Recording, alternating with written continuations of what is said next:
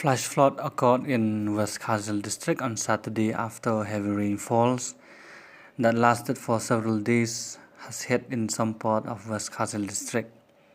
A heavy rainfall began on Wednesday and lasted till Saturday. No casualties have been reported so far except some traffic jam over Nongstoin and Mawkyrwat Road, which connected between the two districts, where a flash flood has caused traffic congestion in Mawthungkper village till today evening at 5 p.m. Some shop located nearby the Nondein and Nonbah River in Nongstoin town area has been covered by water, and some houses have been also affected by the rainfall that led to the disturbance of normal life. People who stay nearby the river bank of Nondein and Nonbah site have been shifted their residence and take shelter to another safe place.